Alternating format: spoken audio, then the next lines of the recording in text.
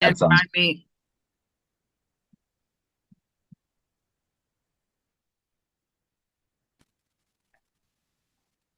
on record now. And it's on. Yeah, that's right. That's right.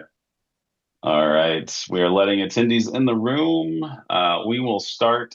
We're going to give just a minute just to let everybody get trickled in, and we'll kick this webinar off in just a moment. So thank you all for joining us. And um, let's see here. Sabrina and Jennifer, when we go off, are you able to hide us with your host tools when we're off camera?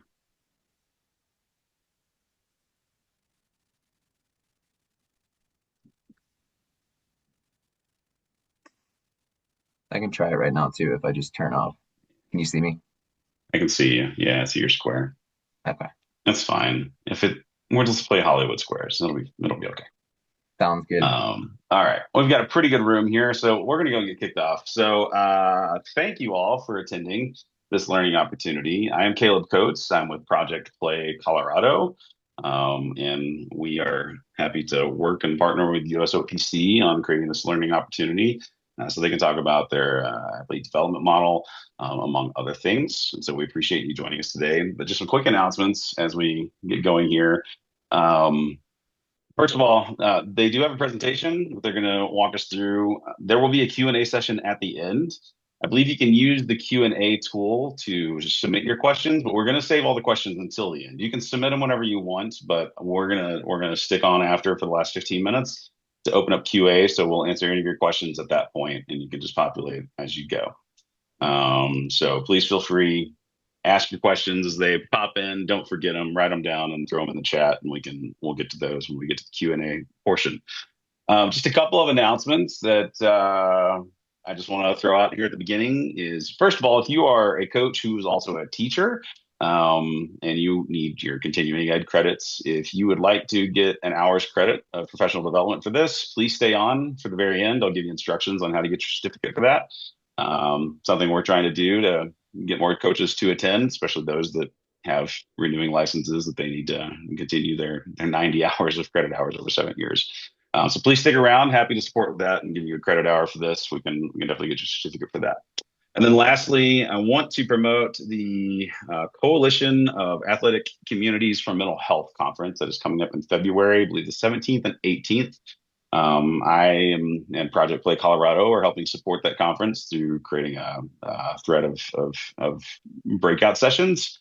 We would really love to see some people attend. I'm going to drop the registration link and a code for a 50% discount. So anybody, they've granted us one so we can push it out to our community. So anybody in this, you're going to have a discount code. Check out the link. If you're available, register, come for some of it, come for all of it.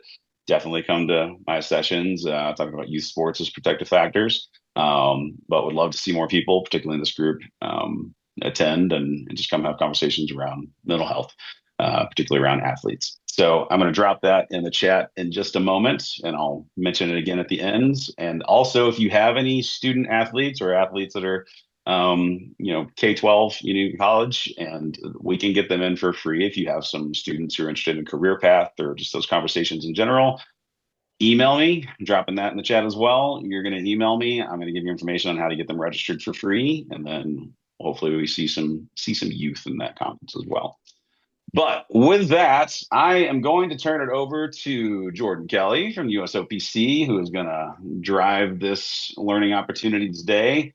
Again, to all of our friends that have been able to join us for the USOPC, I know there's several in the watching from your list of NGBs that have registered. So we are pleased to have you all, pleased to partner with you on this. And Jordan, I am kicking it to you. All yours. Thanks, Caleb. Lots of exciting stuff happening on Project Play Colorado. So super cool and grateful for the opportunity to be here. So like Caleb said, my name's Jordan Kelly. I'm the manager of Grassroots Pathways for the United States Olympic and Paralympic Committee. And today, through our presentation, I'm joined by Ken Martel, who is the Senior Director of Player and Coach Development for USA Hockey, Craig Jones, who's the Senior Director of Delivery and Quality Standards for USTA Coaching, and Lauren Davenport, who is the Senior Manager for Curriculum and Long-Term Athlete Development at USA Football. So for anyone who is joining us and not kind of in like the USOPC or the national governing body, Olympic and Paralympic movement, just if it's helpful, we have a lot of acronyms. NGBs are ultimately organizations that govern and manage all aspects of their individual sports within the US. And this can include it in nominating athletes to the United States Olympic and Paralympic teams. So, some really great subject matter experts here who work super hard for their sports and just appreciate their time. I'll go ahead and get my slides up and rolling here.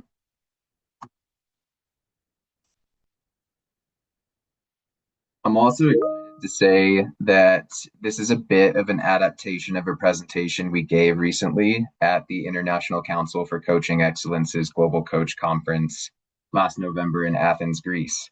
So you're also getting a little bit of a glimpse into what we talked about there.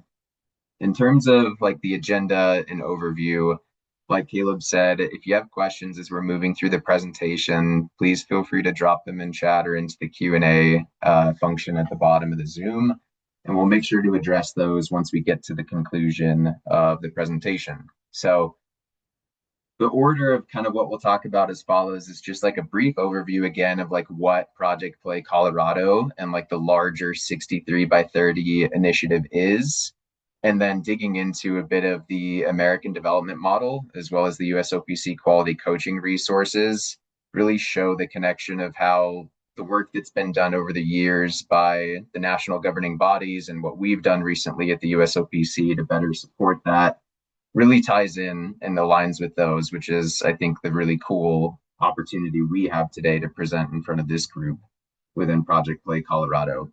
Most importantly, after I talk a little bit about the ADM or American Development Model for short and our quality coaching resources, you'll actually get to see some really cool examples of how these three national governing bodies have implemented these concepts, as well as some of the tangible outcomes that some have tracked and shown, which I think is a really cool example of really showing how the outcomes align also with what our goals are in implementing and adopting the ADM, the quality coaching resources, and this whole 63 by 30. We'll wrap up at the end of all of that and then start to tackle everyone's questions. So I think before I go to my next slide, this might be super simplifying it, but the way I think through Project Play Colorado and 63 by 30 is just a really great initiative of increasing youth sport participation back to 63% by the year 2030. And Project Play Colorado is just the state-specific initiative within all of that. So how do we get more young people and more athletes engaged and involved in youth sport because of all of the positive outcomes we know in terms of health, for society, long-term success, and just fulfillment? It's a good play overall. So keeping that in mind, that's where I'll move into and start to talk a little bit about the American development model.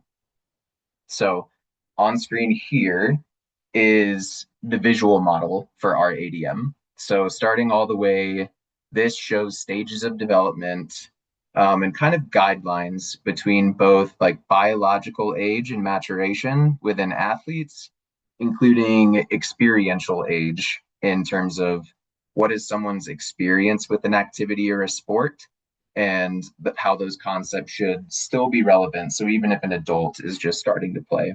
So from the bottom, we have stage one, discover, learn, and play, leading all the way up to the ultimate goal, which is just kind of being active for life or developing a lifelong love for sport and activity. So it moves through develop and challenge, training and competing, and even pathways for high performance, as well as participating and succeeding. So within this, our key principles a lot across this pathway for sport and long-term athlete development are: we want to be able to increase as much access to sport through any parts of these stages. We also want to make sure that, as especially in the grassroots space, we're providing opportunities or promoting opportunities for multi-sport or multi-activity sampling to give them a lot of looks at different movement patterns or different just dynamics within sports. We want to make sure that wherever they fall within these stages, that the activities are developmentally appropriate, that they're in safe, fun, challenging environments. And really critical within the ADM is that it's all driven by quality athlete centered coaching. So our manuals and what we provide on our Grassroots Hub and what we talk a lot about go in depth into what this looks like stage by stage. And we also have some Paralympic considerations here, just acknowledging experiential age and number of years in an activity as well. And to pluck a few of these, if we're just diving into stage one, which is on screen here. So the discovery, learn, and play, things like learning basic rules and sport techniques, the opportunities of multiple sports or sport sampling to accelerate motor skill development, encouraging deliberate play, quality social opportunities with others, finding opportunities across like physical education or just basic outdoor play. Like these are some of the focuses that we believe to be important within this. So that's a snapshot and just one example of some of the resources that we provide. But we do have this stage by stage, and that can be found within our Grassroots Hub.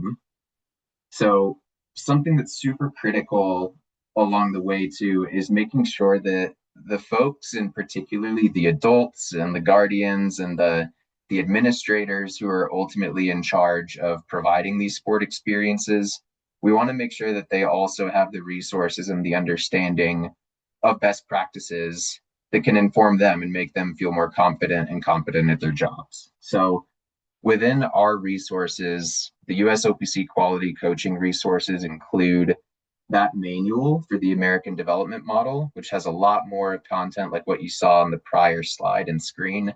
And then we dig into our quality coaching framework, which is a system for education, the quality coaching principles, which talks a little bit more about what quality coaching looks like in action. And we also have a quality parenting framework for parents and guardians to show the critical role that they also play within stages of development, and more specifically, how coaches and parents and guardians can come together and kind of maximize their collaboration to make the best experience possible for the athlete or the child who's at the center. So I think the one more thing I'd want to say is just that the goal of the ADM really is to support and get participants what they need and to support as many as possible for as long as possible, as best as possible, regardless of whatever their level, ability, or desired goals are in sport, just so that they have that lifelong love of sport. So before I dig into a little bit of how we work with national governing bodies and how we also provide these resources directly, I want to talk a little bit more about just like one of the, I would say like academic or research-based components, because I think it's important to talk a little bit about like why we believe in this and why it works, or why we believe it works.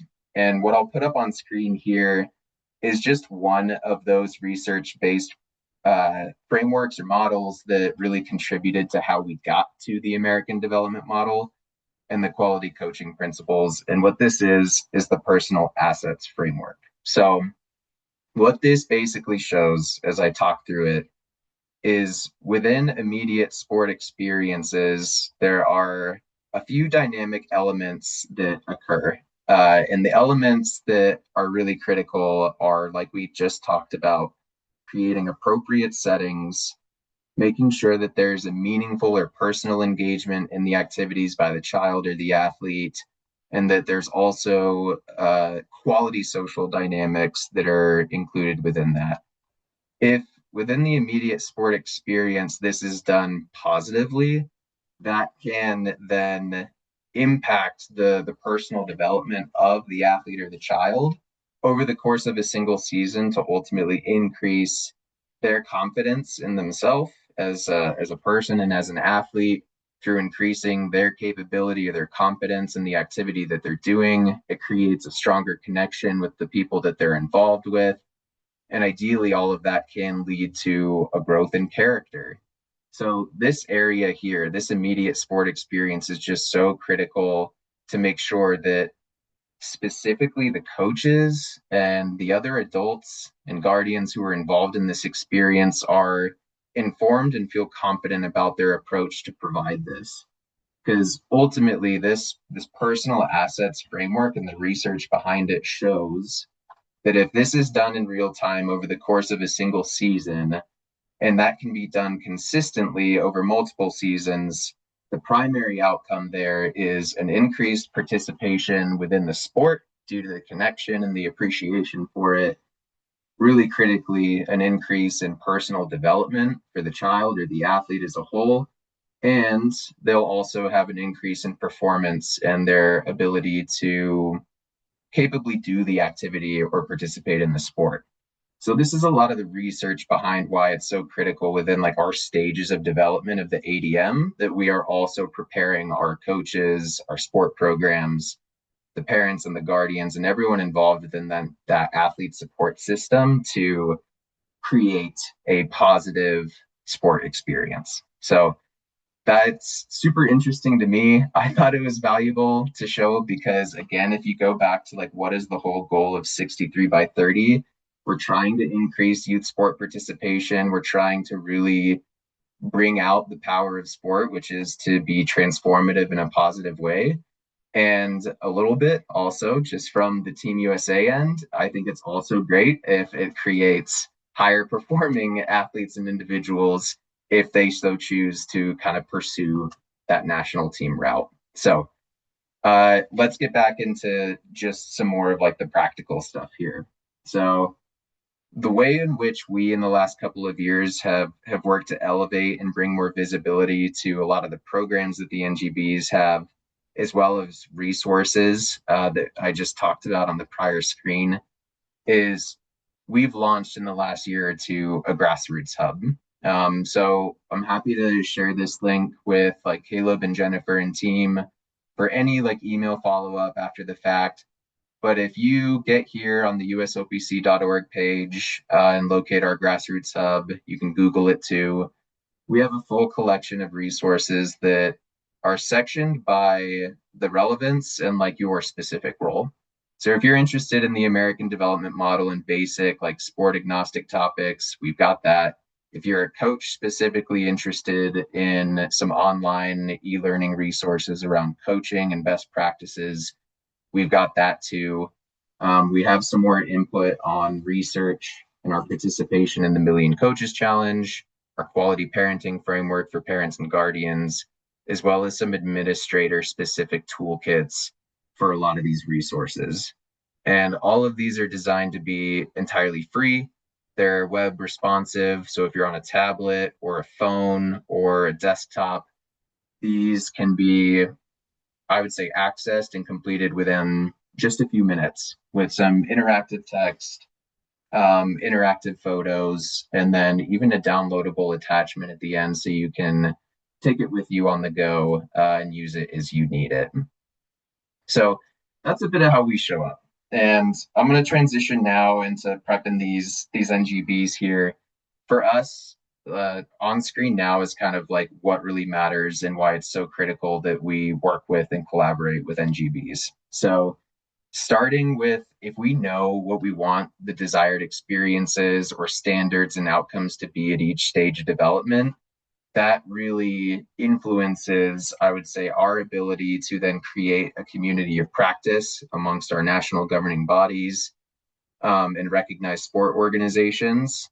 And through that kind of mutual collaborative feedback loop, we can then start to understand where we need to do better and what our gaps are so that that influences our own initiatives and then will influence ultimately the quality of programming and what's actually reaching, I'd say, the coaches, the athletes, and those who are involved in the sport. So we spend a lot of time each year meeting in person and virtually to build connection amongst our national governing bodies and to share a lot about how we implement these things, whether it's through digital platforms, in-person programming, or marketing and promotion. So with that, I think that was a lot from my end. I hope that tees up a little bit of like why this is all important, how it mutually reinforces 63 by 30. But now I'm super excited to turn it over to Ken Martel, who I affectionately kind of refer to as the godfather of ADM because Stop it. the importance of why we all work together, we wouldn't be here or endorsing ADM if hockey hadn't really paved the way for this. So when you're ready, Ken, I'm here driving the slides, and All please feel right. free to take it away. Yeah, thanks, Jordan. And the reason this works across all our different NGBs and different sports, and we have a lot in common. The technical and tactical in our sports are different, but really how kids grow and develop sporting skills as human beings, like it's the same. We're dealing with the same stuff here. So we have a lot more in common than we do differences. So that's why having the USOPC and a little bit of a framework and information sharing is really important across different sports. Helps us collaborate and be better. So, Jordan, if you want to switch slides for me here, real quick. Yep. So I think, you know, as an organization, we have two real long-term goals, and one's to get more American kids to play the sport of ice hockey, and the other is to have more American kids play the sport really well. You can't be a great Olympian at 23, 24 if you quit at 10. So, I think the difference between us and a lot of other organizations, when we started discussing how we're going to impact our high performance developmental pathway, people usually don't start with little kids. They start at those older levels, and they're going to make change because that's where they can see it, and it's going to be dramatic, whatever. But for us, we took a long-term approach over 15 years ago and said, where are we going to be down the road? And this was the image that we used when we first started on what's the experience we want kids to have when they come to ice hockey. And we want it to be so much fun that when they leave the rink, they're tugging on mom and dad and saying, hey, when can we come back? Right? So how do you drive a passion for sport, for movement, for being involved in our sport in particular? So that's really where we started with giving our organizations this visual that we wanted to plant in everybody's mind. And so, Jordan, if you click the slide, we said, where are we going to be down the road, and what are the things we're going to do to impact this? And so it's this sort of constant drip of information that we're constantly trying to feed out to our coaches, our parents, our family, on all the messaging that we know is probably pretty good for kids, whether that's, be a multi-sport athlete, right?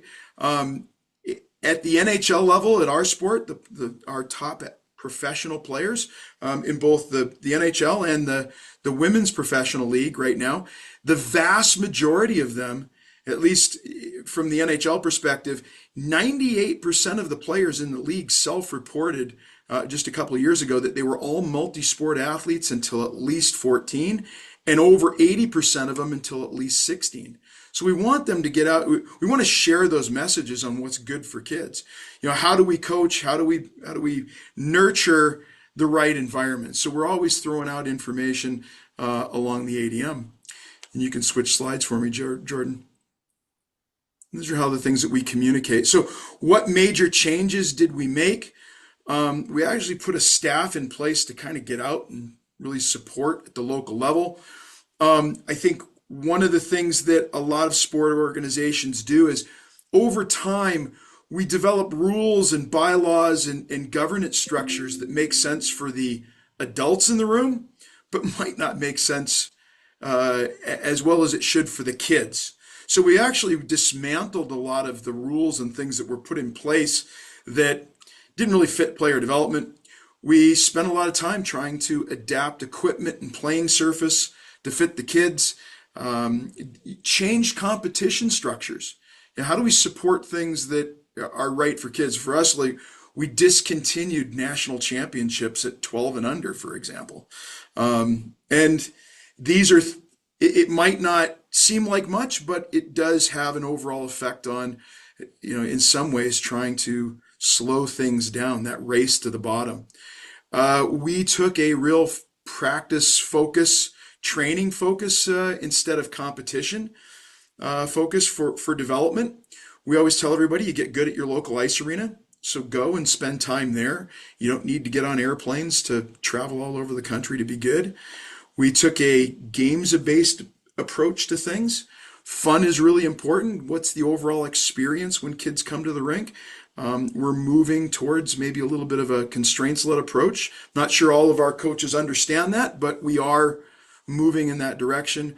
We've overhauled our coaching education program twice to continue to evolve to try and help our coaches be better.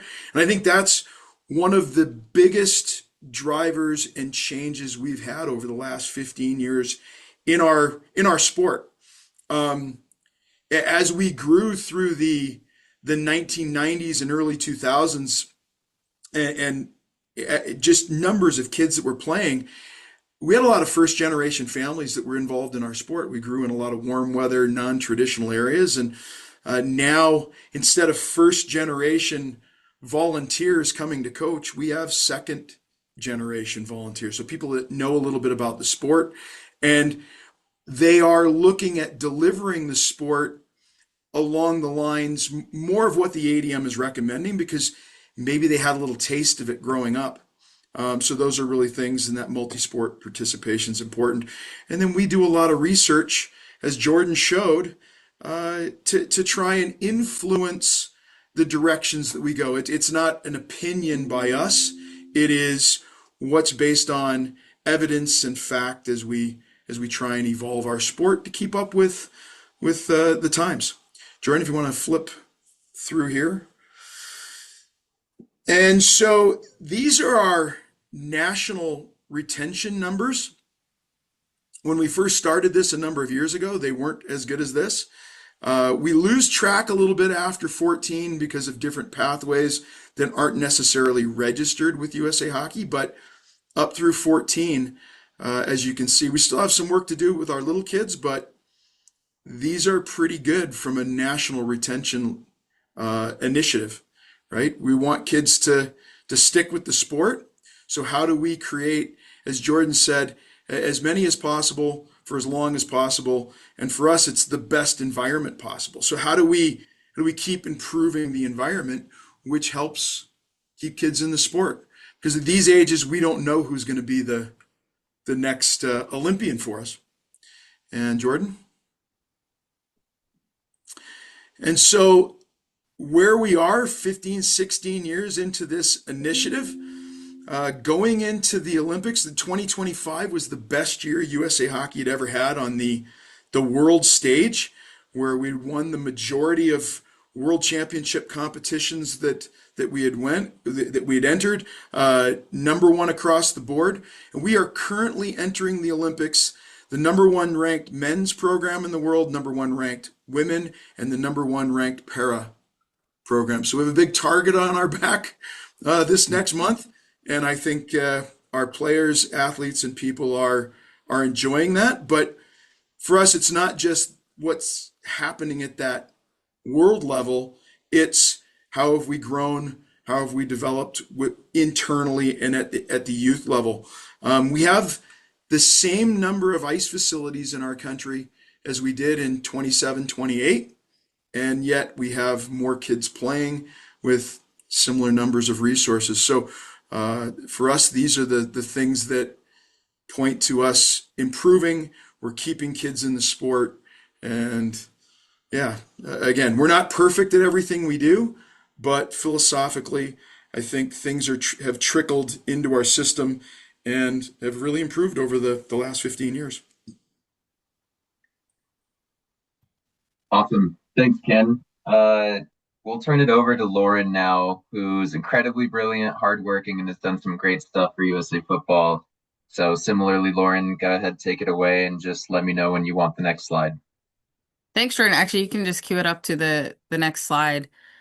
So our football development model is a variation of the American development model. So we kind of took that framework and modified it for our own framework. But what's really cool about USA Football is that we're actually kind of the opposite of a lot of sports in the sense that we are grassroots going up into the Olympics. We're making our debut in flag football in the LA 2028 Olympics. We became a national governing body last year. So there's a lot of exciting things that are coming along. And with that and in preparation, we needed to update our football development model. The original one had about 4 stages. As you can see, this one has our full 7 stages. And there's intentional overlap in the words and some of the ages because we know development for athletes, regardless of sport, it's not just linear. It's not specific, like everyone at 11 is going to do this and then at 12 is going to do this. Some people might do things at 10, some people might do things at 13. So we really wanted to build an updated model of stages and ages that reflects that. And the imagery is also very intentional because we have flag and tackle represented, we have coaches represented, as well as officials, because they are all part of the ecosystem of the sport, in addition to the parents and guardians. And so when we think about how do we implement our model, what does it look like? What are the things we do? That's where we kind of go to our 6 pillars, which you'll see to the right. And this is how we tell our story. This is the how we get to look at these stages and ages. So we look at it as what we need is the whole person in multi-sport development, as well as physical literacy and progressive skill development. How we do that is through our education and training, as well as making sure that we have multiple entry points, multiple pathways and entry points. Something very excited if anyone saw the news, NCAA has accepted women's flag football as an emerging sport. So that's another entry point, another pathway in this boom of flag football as we're leading up to the Olympics. And our goal is that with those 4 pillars and things in place with those specific intentions, it should result in fun, fulfilling experiences as well as participation and retention. And so when we're crafting all of our things, we're not just focused on coach education, which we've done for years, even before I got to USA Football. Now that we're in this competitive flag space and continuing to advance the sport, we have our advanced flag coach offering, but we also created officials flag education. And so that goes into that, again, education and training, because we want to make sure that we're elevating and educating and informing all audiences that directly and maybe indirectly impact the athletes and as they develop. And our officials education, I really am proud of because it was a big collaborative effort, but we actually conducted a research study before creating that education offering. So we did a research study of officials asking what are their needs, what are they looking for, what do we need to inform them of besides rules and rule changes year over year. And that was what informed our education offering, what continues to inform it. And we do similar things with our coach education. And so for us, it's just a really exciting time to see how we're building from grassroots, traditionally tackle and flag, our national team development program, which debuted in 2024. We're in the height of our talent ID season across the country to identify athletes from 12U, and through adults that can be picked possibly for future Olympic teams. So we're very excited. It's a great time for us for sure, and we're just continued. We have continued excitement as we get to see this football development model in action leading into the LA 2028 Olympics. So I'm very excited, and I think it's just really cool to be able to see athletes that are progressing from different stages all the way through. So definitely excited for whatever's coming next.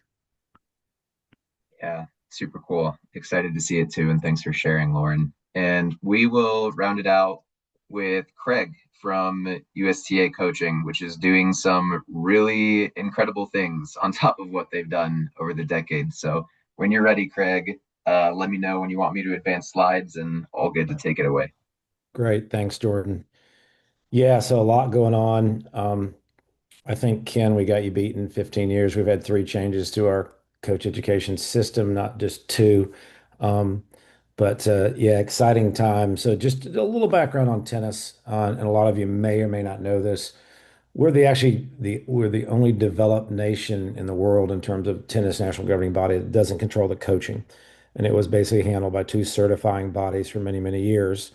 And so part of our changes when we formed a new company called USTAU originally I used to be director of junior play, so I was involved with what we call 10 under tennis, which is very similar to cross ice and things that football's been doing for a long time, playing on small fields, different equipment, different balls, and all of that.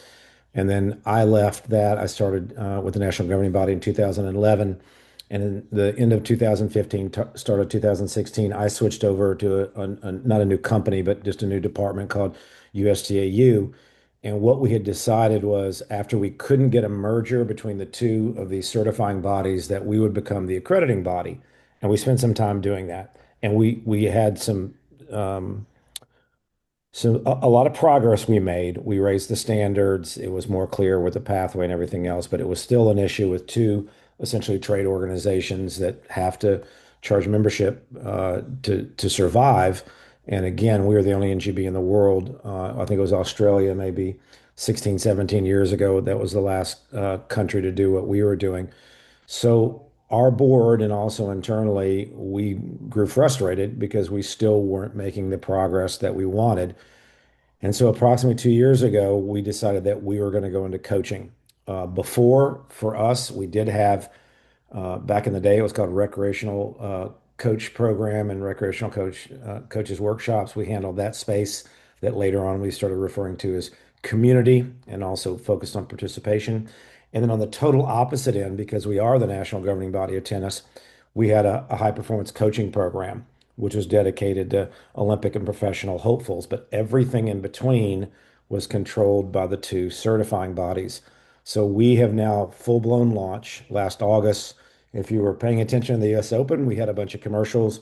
It was a soft launch, but we have now the LMS is full steam ahead. My World and Delivery and Quality Standards are the workshops, and we literally started last weekend on this. So as you can imagine, we're crazy busy right now, but a lot of incredible feedback. So I wanted to share with you, I wanted to, kind of frame this up a little bit to share with you sort of this evolution over time. So if you could click the slide, Jordan, if you don't mind.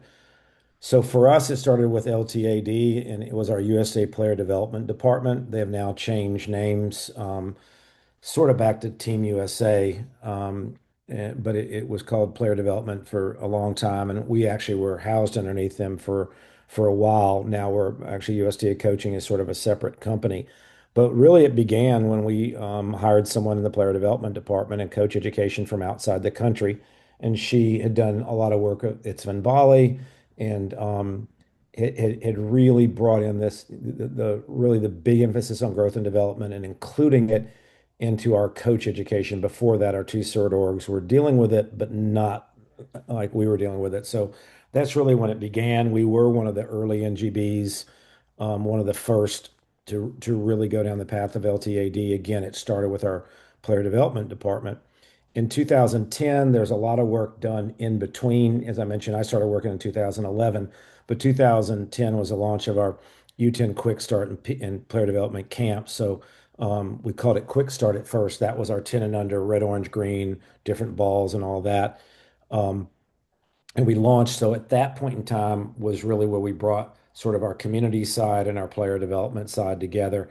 And then it became a huge national initiative. And that's one of the reasons my job at that time at 2011 was a brand new job and it was created for me to oversee 10 and under tennis. So that was, again, our version of cross ice or playing on smaller fields, different equipment and all. Positioning youth tennis for success was for us a really big deal because we brought in people like it's Van Bali and it really addressed our youth in a whole different approach to what we were going to do. Again, so similar to USA football and USA hockey in terms of what we did. But our idea was we were going to write this booklet. It was about 98 pages, but we also had the shortened version of it as well to basically state that we were about multi-sport participation and long-term focus, and that we wanted to make sure that specialization was not occurring or do as much as we could, that it wasn't occurring before puberty. We have some different issues. We're really not seasonal. People play tennis nonstop year round, but we also have a lot of benefits in that we're a really big sport for adults, very similar to golf. And so that we were truly a lifetime sport, But Ken alluded to it earlier. We were burning so many kids out at a young age, and a lot of it had to do with our focus. So we didn't have 10 nationals, but we completely overhauled what we were doing with our 12s. We changed all the rules for 10 and under, a lot of rules, not only for 12 and under, but also entry level tournaments for all ages. So we put a lot of things in place that set things up for the future. 2018 marked a really big change because we then really moved LTAD into it then resided more into our community side, which is our masses. And then we started, not started, we adopted the name ADM. We defined our philosophy, our pillars, similar to football, and then a really big push on the five C's. And being an open skill sport, we decided to add creativity to the four C's that Jordan had mentioned earlier. And then really in 2022, just marked huge expansion across the entire company. So that was youth, adult, wheelchair, high school tennis community. Everything was aligned that ADM, and especially a focus on the five C's, was involved with every curriculum that we had for coaches, no matter the age and stage that they were working with. And then finally, as I mentioned earlier in 2025, the launch of USTA coaching, sort of a soft launch last April, but ADM is the foundation for us, an athlete-centered philosophy. We've defined it as that for our coach development side. When we're working, coach developers are working with coaches, it's a learner-centered approach. For our coaches, it's an athlete-centered approach, which gets all the way down to equal reps in practice, which is a big problem in our sport and a lot of other sports. If you win, you get to hit more balls, which was deeply rooted in our culture. But those are just simple things, not just changing formal competition, but really trying to get at the heart of the start of the sport, which unfortunately for a lot of our kids is taking lessons. And now we're much more into play to learn, but just what those practices look like and making sure we're walking the walk, talking the talk. And again, where we're really going after the masses. And it's pretty logical. If you get more players, you're more likely to have more good players. But if you don't have good coaching, you could just have a lot more not so good players. So we've now got it. Everything really is been tied together. Jordan, next slide.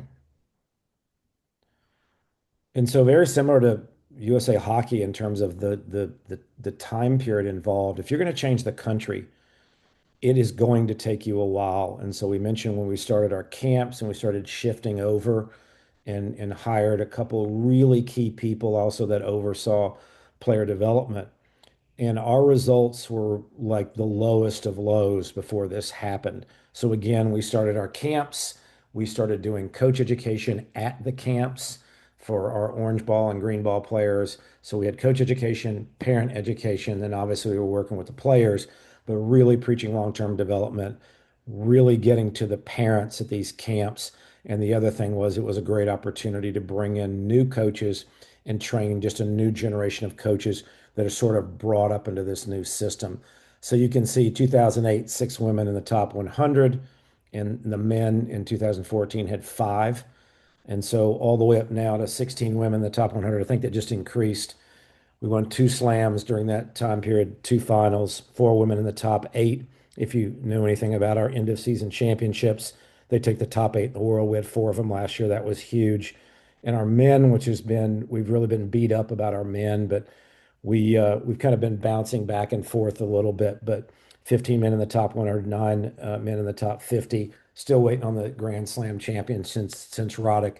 But we have some really good up and comers, and a lot of you may have heard of Ben Shelton at the bottom right of the screen. If you watched ESPN's broadcast last night, the ESPN, Jordan, what's the tagline? Take back sports or something with parents. I can't remember Yeah. what the tagline is, but it talks about Ben Shelton and playing his multi-sport development. His father was a pro player, and he was really, really big on that. He's got a gun for a serve, and a lot of it's because you used to see him throw a football. He grew up playing football, and he played really recreationally. He didn't play a bunch of tackle, but he is truly a multi-sport athlete. But these are some of the people, Coco Gauff and Anna Samova and Taylor Fritz. All of them came out of our program. They had private coaches, but they were all part of these camps. and this change in attitude. And then at the bottom, the junior Grand Slams. Hard to believe, a total of 21 junior Grand Slam winners since 2008. Um, but prior to 2008, we had three, which is stunning, with as many good players as we had. So, Jordan, I can't remember if this is my last slide or not. I think this might be this one. Yep, here we go. Yeah, and I can't. I apologize. It's been since November. Lots happened since then. Um, so yeah, just some of the things that we put out. This is a brochure for us in our development stages, as you can see, much more simple. Discover and learn, develop and challenge, and play for life. Again, one of our big things is that it is a lifetime sport. Our adult leagues way overshadow our junior leagues, which is actually really, really cool. So we do have a bit of a different sport.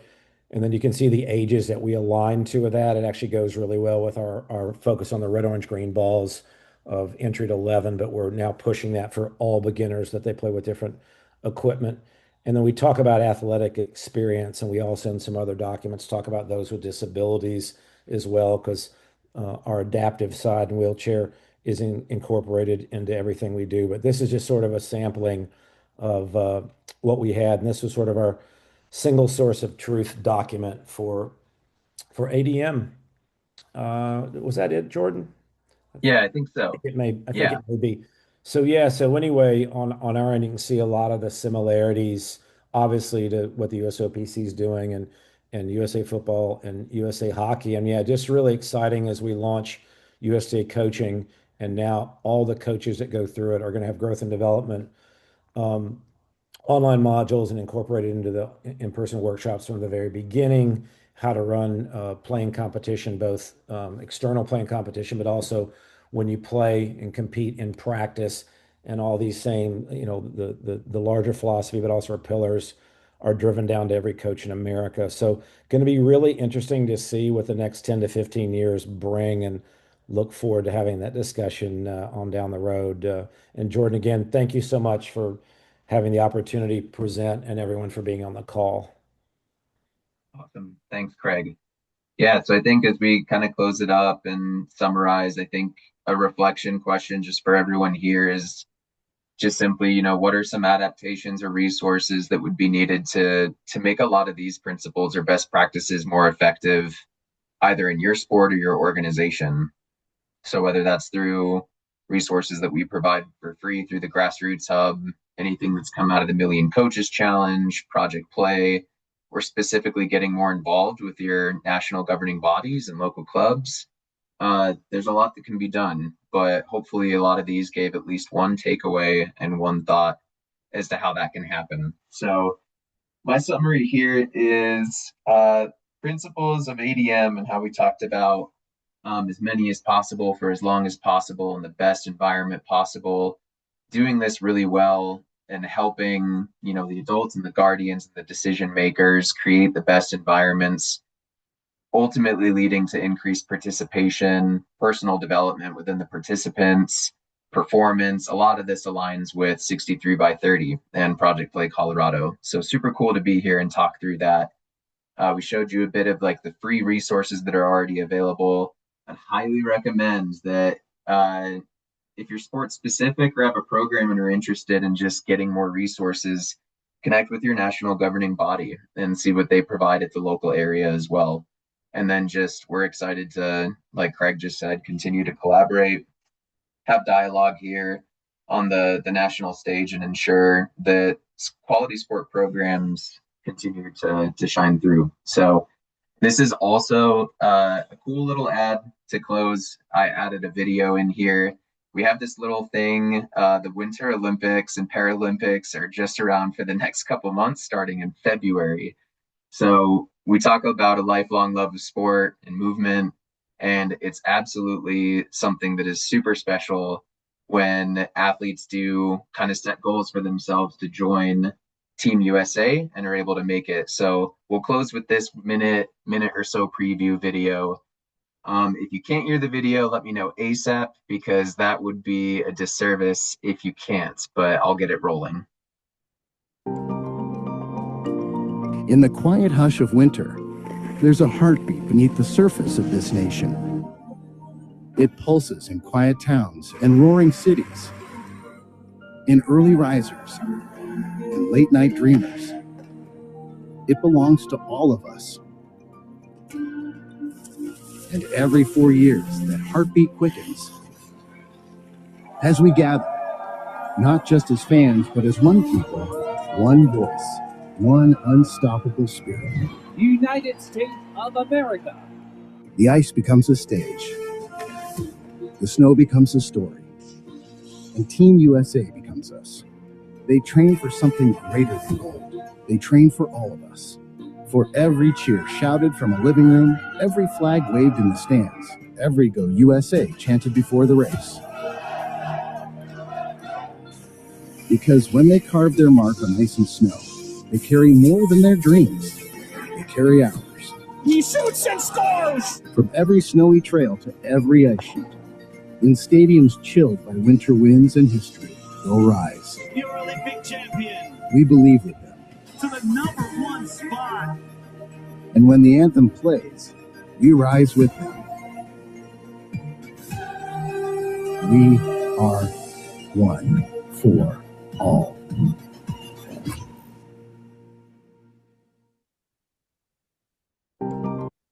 Awesome. And we'll go ahead and move on to the Q&A.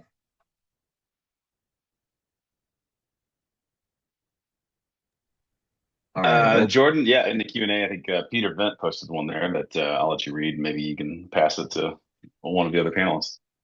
Yeah, let me pull that up here. Q&A. Man, if it's a question from Peter Vent, this could be really good here. Let me know too, Ken, Lauren, Craig, if you all can see like the Q&A function, just so you can read it and think about it too. So question number 1, does your NGB mandate coach education or professional licensing? If this hasn't always been the case, can you describe the transition from not having mandates to having mandates? Let's start with that one for now. And Ken, I see you're off mute, so if you're ready to tackle that one, by all means. Yeah, we do have mandatory coach education. It was put in right around 2000, in that time frame. It's a very limited. I can't tell you that someone that comes through our coach education program is, they're going to be an experienced coach when they leave, but the process started. We do get touch points with every coach, and it was actually tied into their registration and the insurance that goes into our sport. So if you want to get behind the bench and coach in a game, you have to come to one of our courses. So that was the caveat that got people to do it.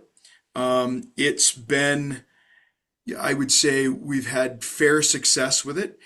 There's no real quality control on it. It is you come and you participate, but we have spent a lot of time over the years on changing the process from the coach's perspective from I have to go do this to that was a really good experience. I'm happy I did it. And when I come back the following year to do another course and another level, they're looking forward to it. We've had really good customer service. We survey every coach that goes through, and the vast majority, even our NHL players who have children, when they come back, they're excited about taking the courses. They're like, this was a valuable use of our time. So I think we're finding the right balance in our society about the demands that we're putting on the volunteer coach without it being something that, again, we're not turning them into professional coaches, but how do you help create that environment? So yes, we have it. We've worked hard at evolving it over time.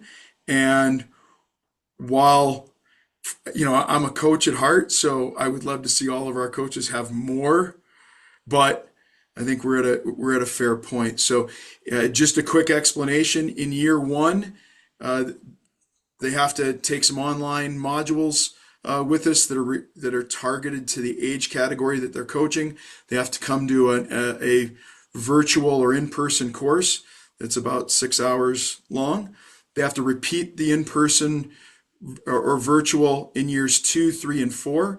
After that, then they have 3 years to go get what we would consider continuing education credits. So it's just go do a little bit more. But it's designed for the volunteer mom and pop coach. It's not designed for our professionals. We have another track and for that. But anyway, that's us at USA Hockey. Awesome. Thanks, Ken. Lauren, you want to tackle that one? Yeah, I can do that. And then part of in the second question too. Ours is quick, where our education can be required by the leagues themselves. So they opt into it locally in terms of that. And so that just is a different perspective compared to hockey, where like USA Hockey mandates it, whereas we leave it to the leagues to mandate it across the country if they choose to. In terms of the documentation for our ADM philosophy stages pillars, we activate, it existed before I got here, but when we updated our FDM in 2024, we did a lot of work internally. So we updated our internal staff from our research team to IT team to our marketing communications team. So all the teams knew what the update was. And then there's an internal just kind of working document that goes into all the science, the theory. But the purpose of that was to have universal language so that we're all talking about it in the same way, whether it's internal conversations or more public conversations. And so I think it really started with that. And then we really treat it as a framework. So it's integrated in all of our education efforts, all of our, as many ways that we can, so that it's really just not this thing we do, it's how we are. And I think that makes a big mentality shift. So it's not just this next checkbox, but like it's how we are. It's just how it is here. That's great. Jordan, you want me to tackle one of the others or chime in real Yeah. quick with those two? I know we're close to time, so I think having tackled those two, and Peter, if you're catching this recording after, we're happy to follow up too. I see a question from Rob on I would welcome the opportunity to see how we could collaborate to help build and grow rugby in Colorado, specifically for girls. Rob is a Coach World Rugby coach educator and works with USA Rugby and the Rugby Colorado board. So who would be best person or organization to communicate with? I think similar to this, like my thoughts there, and I'm curious what you all think too, is USA Rugby. That is a great one to collaborate with. I know Jamie on the side of training and education has worked with us to license a lot of the content in our Grassroots hub to provide that directly to local programs. And a lot of our outcomes from working in the Million Coaches Challenge and others show that like once you provide the training and the means to build the confidence of the coaches and the program providers, the programs can be established, and then that creates the quality sport experience or environment. So let us know if there's anything we could do to help on that end, connecting you to USA Rugby, but in creating a local program, I think that's a really great approach. And I'm open to what Ken or Greg or Lauren feel about that too, unless that feels like it tackles that one really well. A couple more questions. Sorry, Craig. I'm all good on my end on that one, Jordan. Yep. Okay. For Sheila here, how has instituting mandatory coach education changed child or athlete facing outcomes? Which key metrics are being tracked to determine effectiveness, and what are your biggest obstacles to instituting high quality coach education? I guess I can jump in a little bit on that. We look at retention numbers. We have the ability to now track retention by and tie it to the coach, tie it to the local program, and know what that coach has received through us. So building out those metrics on what coaches and what programs are actually retaining players, which ones are recruiting players from other programs, There's lots of really interesting information when you dig into it. But our coaches that have gone through some of the most educational opportunities that we provide, those tend to do have higher retention numbers internally. So we do see some connection. Thanks, Ken. How about you, Craig or Lauren? Anything to add on that one? I would just say, in addition to retention, we also survey multiple audiences, including our coaches. And so we're asking, not just the, effectiveness of like, did you like this education or this module, but did you use this in the season? So like, there's an assessment or survey questions right after they complete the education, and we ask them different questions towards the end of the year when they've had time to implement things and utilize it. And that is also an indicator of like, okay, so us having this education or this, lesson is important to coaches. They're using it in this way, and then we continue to track in addition to the retention. And Jordan, this kind of goes back to the other one. We don't, it's not mandatory for us. So it is very, very difficult. And we need proof of concept that the people that go through the program are better. And we did some pilots and all that.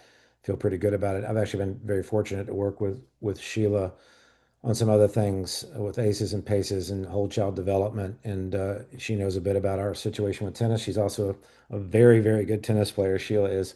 But yeah, this is the things we look forward to. But also for us, if we have less than 2.5% of the kids that play tennis, according to the PAC study, are in our programs, we got a problem to start with. The majority of them are not in our program. So it does make it difficult. But our initial goal has been to feature testimonials of the people that do attend and the success that they're having, the fact that they're growing their programs and all. But the retention piece is tough because people could be in that PAC study that a lot of you are familiar with and never be part of a USTA program. So it is a bit different. And we're currently working through our director of research to to come up with some different ways. And so, for example, people that have been through older education legacy systems, comparing it to the new and getting that information from those people is one of ours, like moving forward. But we're still not at the point, obviously, just launching where we're able to measure that yet, but it's something we're talking about every single week. So maybe not the best answer, but it's just our current situation. We don't have quite the data that we'd like, and we're working through the other part about kind of the carrot and the stick, where just like a lot of NGBs do in Europe with coach education, some are mandated by the government, others withhold and grants and funding from the federation, so you don't get your court money or whatever unless you have trained coaches and all that. That's the kind of stuff we're also looking at right now, so that we can not have a mandate, but have both the carrot and the stick. And like Ken said, ultimately, we want people to think our coach education is really good and that word spreads like a good restaurant. Again, that takes time, especially when you're just launching something that's new. Hey, Jordan, I'm going to jump in here Yeah, I was about to ask how we're because doing on time.